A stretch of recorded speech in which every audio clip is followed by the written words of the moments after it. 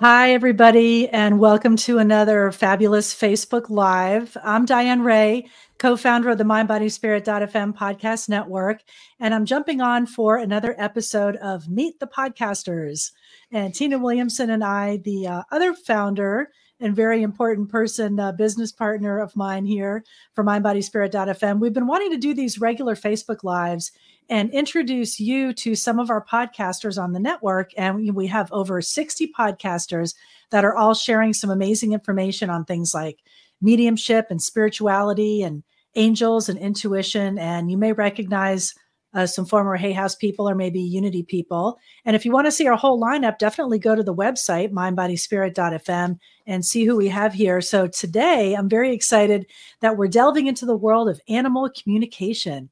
And we have an amazing podcast on the network. If you haven't discovered it yet, it's called the Animal Communication Podcast. And it's hosted by three women who are passionate about sharing with people their love for animals and how to help us communicate with our beloved animal friends. So I want to welcome Julie Heert, Karen Dendy-Smith, and Meredith Tollison, the hosts of the Animal Communication Podcast. Thanks for joining me today on my Facebook Live. Oh, thanks for having us. We're so excited to be here. It's fun. Yeah, who would have thought, we'd be on here doing TV shows. We thought we'd be talking to animals. I don't know. Right? No, I'm so excited to talk to you about animal communication. So together, though, you all are part of the Animal Communication Collective, and you all are working towards supporting animal welfare organizations and giving voice to animals in the podcast is a big part of helping with that mission. So I just wanted to hear a little bit about what that entails. And Karen, I wanted to start with you, since you are the founder and director of the Animal Communication Collective.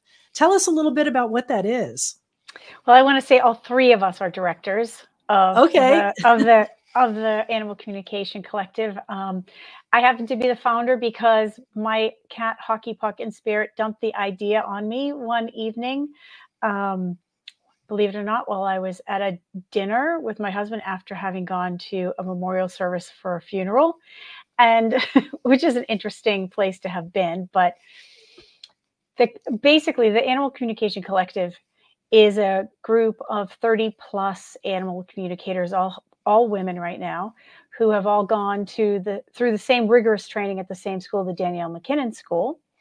And we, with the idea that came to me, which I'll share in a moment, but the idea is that we all came together to collaborate to help give animals a voice and help them be more understood in rescue shelters and sanctuaries, hoping that we would be able to enlighten the humans that are involved in these endeavors with the depth of knowledge and emotional capacity that these beautiful animals have as sentient beings, and to help create better partnerships and homes for them. So we all work together running these events, more than monthly now, at least once a month, for rescues and shelters all around the country. And we work in teams to deliver messages to people and their animals who come to the events and buy tickets and buy raffle tickets. And 100% of the proceeds goes to whichever animal partner we're working with for the evening. So we do this 100% as a volunteer act of love with the animals. It's amazing what you're doing. You came to our attention through a great friend of the network, Jill Angelo, and she works in animal rescue. And she said, you have to talk to these women that are animal communicators. And she was doing an event. So if people go to that website, it's the Animal Collective. I believe it's the Animal Communication Collective. Correct. Okay. And so I actually went earlier before we were going to talk, and I saw you're doing an event with an amazing organization here in San Diego called the Animal Pad, where a friend of mine has adopted several dogs from the Animal Pad. So she's a big fan. And what you do is so incredible. So were you all three girls the ones that brought the stray dogs and cats home, when you were kids? Oh, yeah.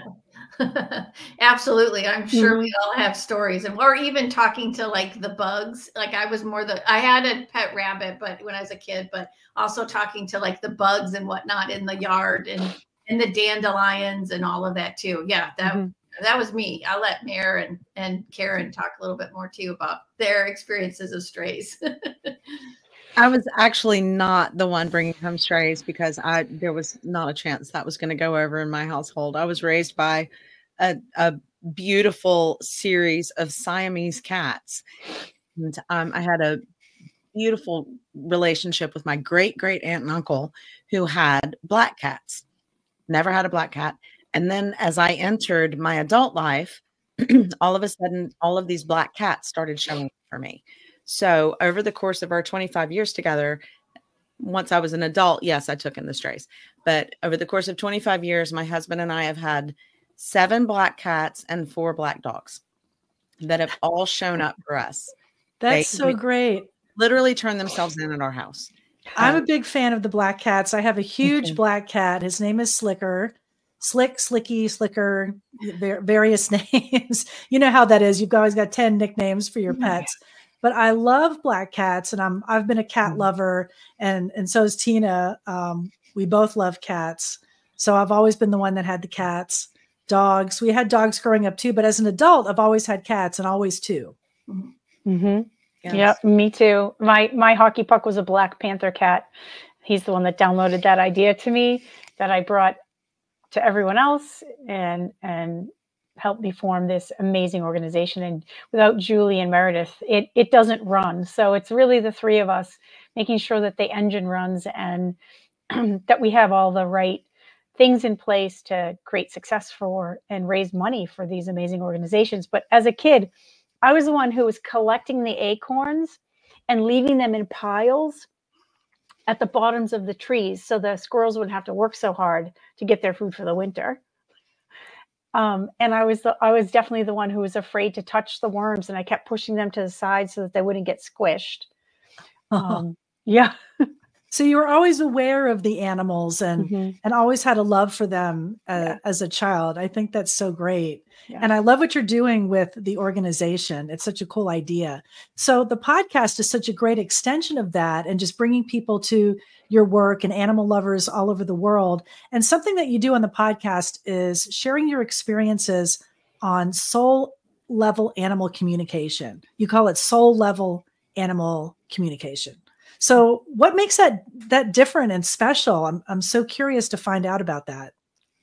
So how it's different is that the client or the human walks away from a session with any one of us, any of us soul level animal communicators, with homework of what they can do with their animal to learn and grow their own selves. So the animal is actually coming alongside and giving their human an invitation to learn a lesson. So Lucas, for example, my dog, has really been working with me on trust, as well as trusting my voice as well.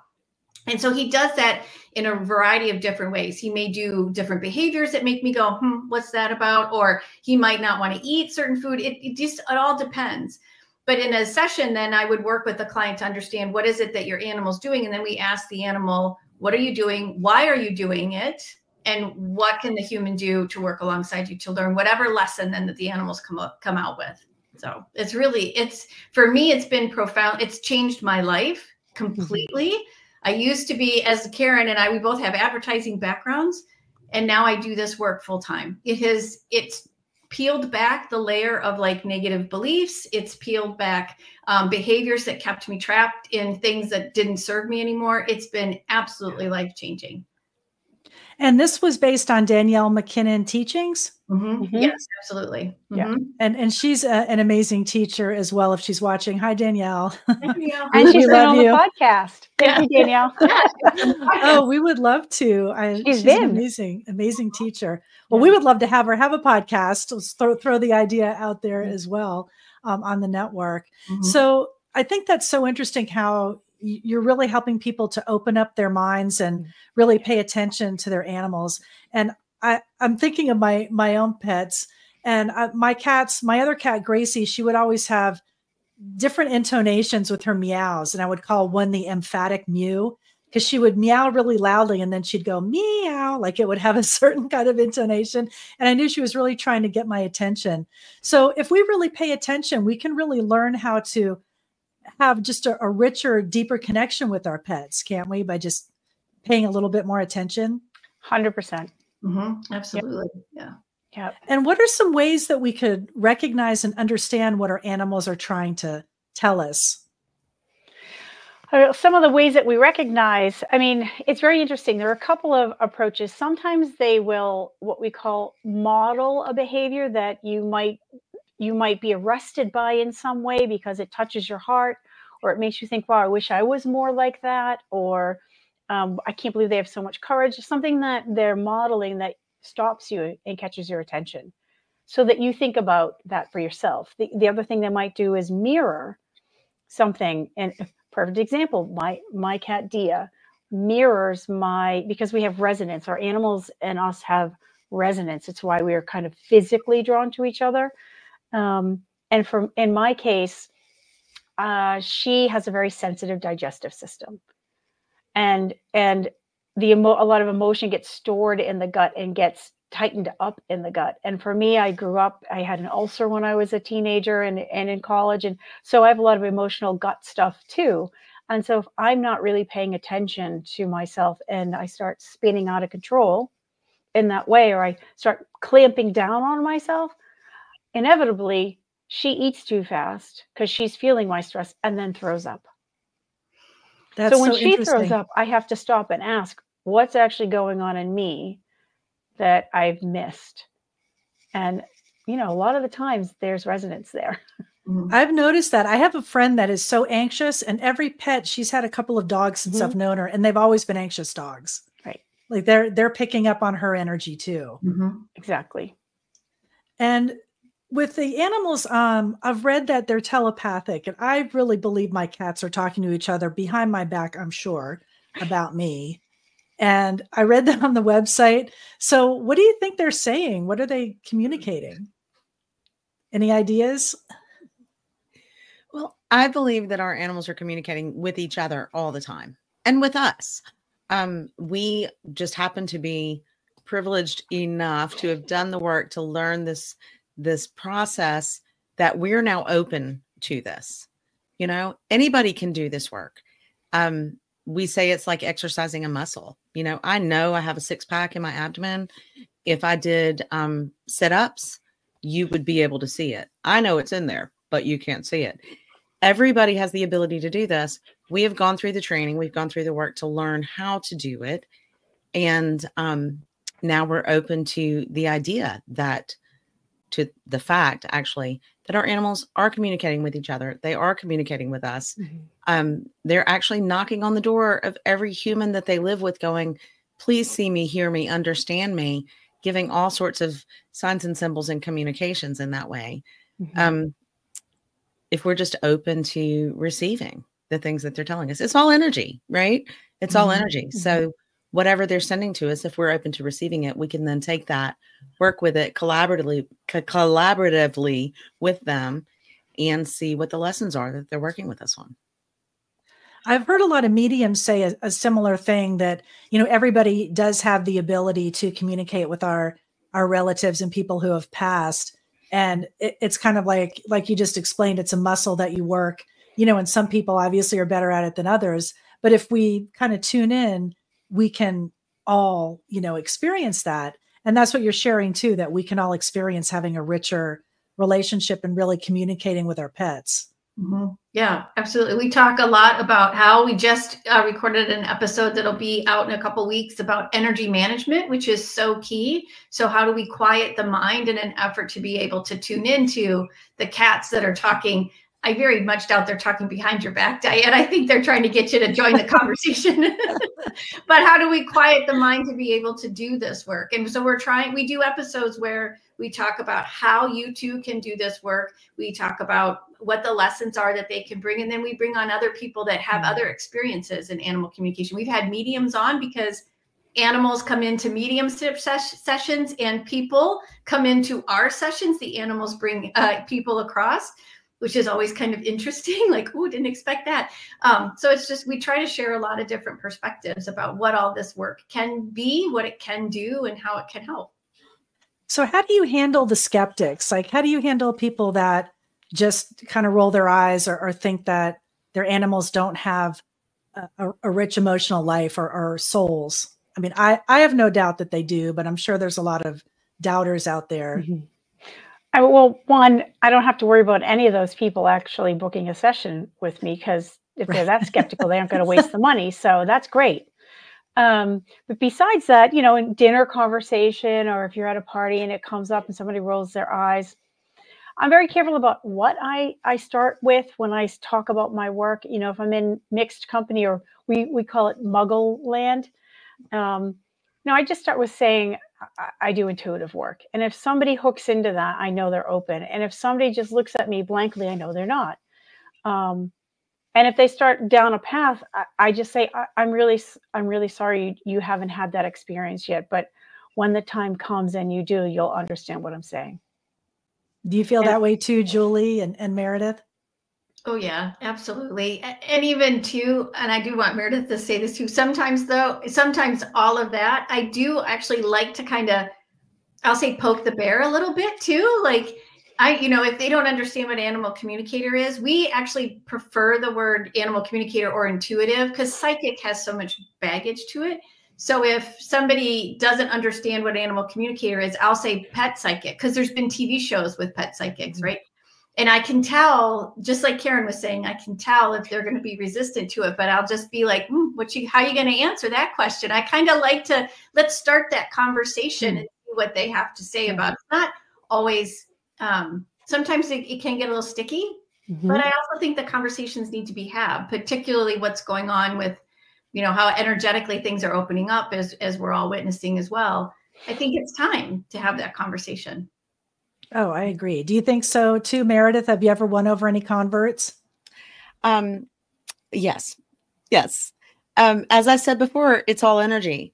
So I feel that the people who do book sessions with me are drawn to me energetically.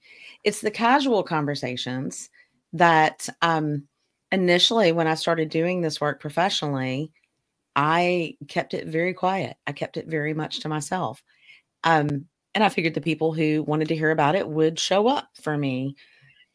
I didn't think I was going to be surrounded by folks who found it very, very interesting and that actually were interested in the process. And then, here we are, we're doing this podcast and it's out there to the entire world. So now I speak about it just very frankly. This is something I do. Oh, do you find that interesting? I'll be happy to tell you more. You can tell the people who are interested and the people who are going to back off. And if they back off, kind of like Karen, I say, you haven't had this experience yet. And I don't let it really bother me anymore. Like I used to. Hopefully they'll be open to it, right? At some point. And if they are, great. And if they're not, that's part of their journey. And I have to just step back and allow it to happen. I love this work. I feel passionate about it.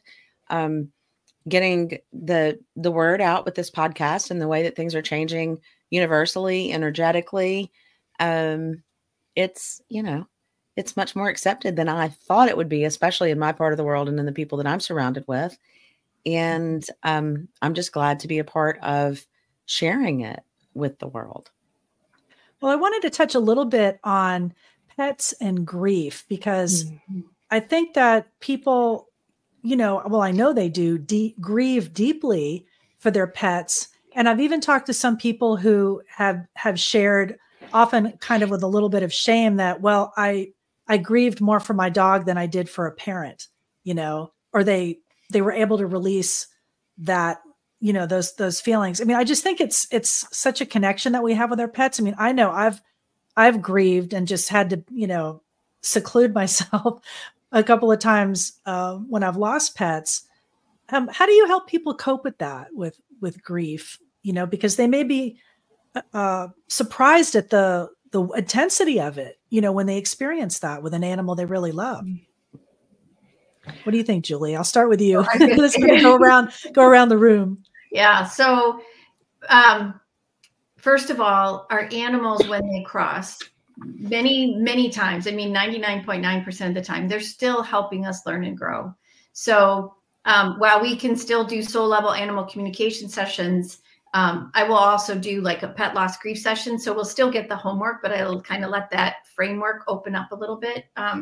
I also do pet loss grief circles where I have only 8 people can attend, and I partner with a trauma-informed yoga instructor, and we pair movement and whatnot in an effort to hear from the animals, but also move that energy through.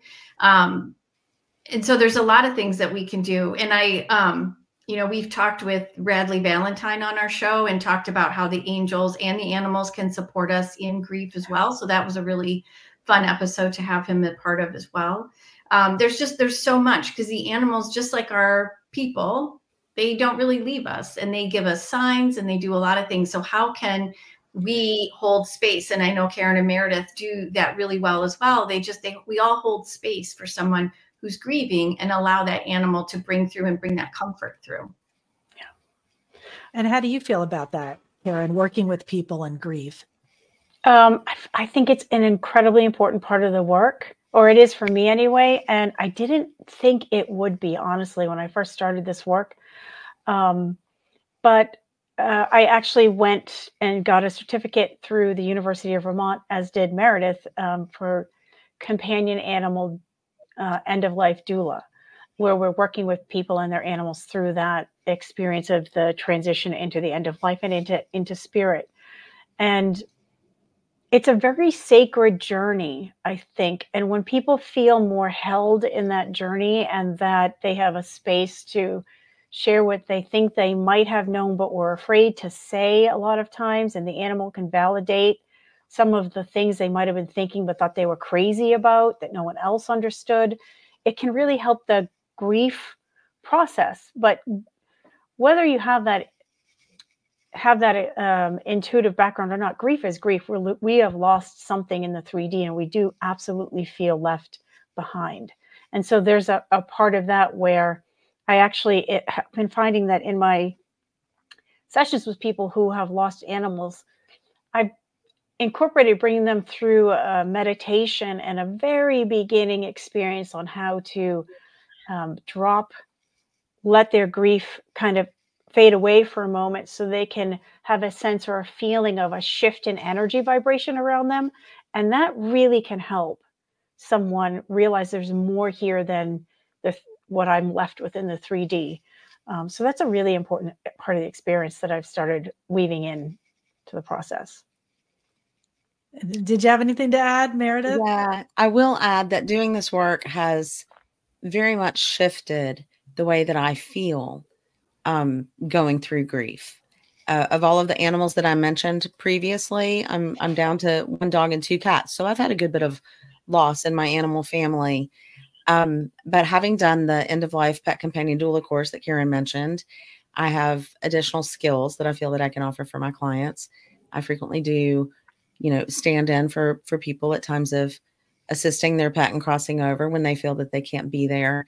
And it's really opened my heart to how I deal with my own grief, as well as assisting clients in moving through their grief. I mean, grief is a very human construct. And now that I know that our people and our animals can still be with us, even if they're not physically here in body, I'm not going to even say lessons, but it helps my heart heal. And I hope to be able to help other people learn to heal their own hearts, just knowing that they're not completely disconnected just because we're no longer physically in the same plane. I agree. I feel that too. I've had dreams of pets, and one certain pet, I'm sure you guys, I'm going to ask you who that special one was for you. And I had a cat named Tony, and this cat came with me on several different moves. He moved with me from Florida to California, these major life changes. And I just loved him so much. And he still shows up in dreams, and he'll talk with me, and I tell my husband that he thinks I'm nuts, but he was the special one of, very special cat. Who was your special pet that has that place in your heart? Who's that for you, Julie? Well, I would have to give Bono the credit. So yes, I'm a huge U2 fan. It's my favorite band. And so I found this dog wandering the streets of Kalamazoo, Michigan, where I lived, gosh, however long ago, 20 years ago, brought him home. His name's Bono. When he passed, it was within 6 months. It was after the other dog. You can see her portrait right there. That's India. India passed, and then Bono passed within 6 months of each other. And it was with him that I started this work, because I was in such a deep depression. A friend of mine said, you know, you should study animal communication. I think you should. And I had been using animal communicators through their transition and others. So for him, that's the one that for me is when I did my first meditation to do animal communication, he was the animal that met me and guided me into the forest to find other, you know, all the other things we were working on. But yeah, Bono is my special. I love that. I'm a U2 fan too. Who was the special one for you, Karen? I know they're all special, but oh, they're all special. Yeah. But I'm going to say Hockey Puck.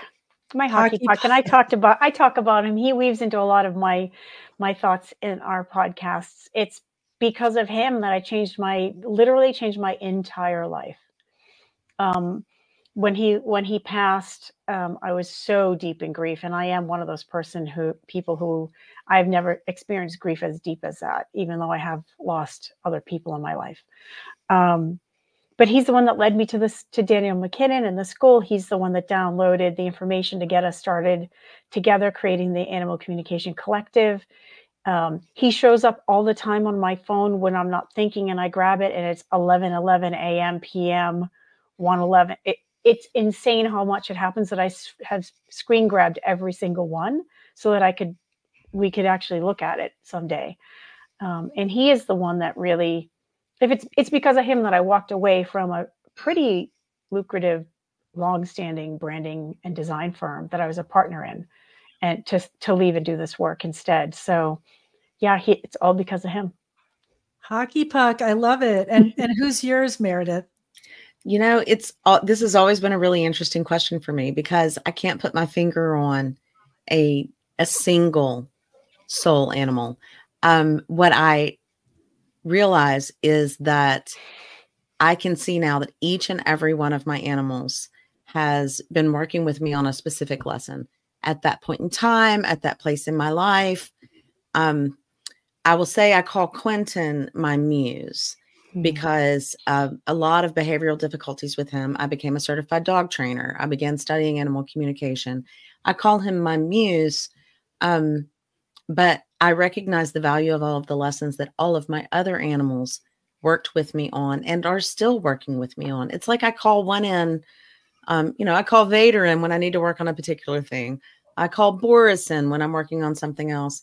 And I keep Quentin on my shoulder, kind of helping me remember why I'm here, and the pain and the struggle and all of the efforts that he and I put in together, and how much we grew together. So that's a roundabout way of saying they're all my soul babies. But they are. Yeah. I know it's hard to pick one, but there's some that just have a special place in our hearts. But I'm so glad that you could talk to me today and share this time and share the Animal Communication Podcast. And I hope that people will either come to the website, mindbodyspirit.fm. There it is, the bottom of your screen. And definitely follow the Animal Communication Podcast. Make sure you don't miss an episode. You could also listen to all the older episodes if you missed any right from the site there. And subscribe and follow wherever you get your podcast. And thank you so much, ladies, for joining me today and sharing your stories. Awesome. Thanks for having us, Diane. It's such a pleasure to be part of the mindbodyspirit.fm family too. So thank you so much for everything. Oh, we love you. Oh, we love you. We love being a part of this. It's been life-changing. It really has. Yeah.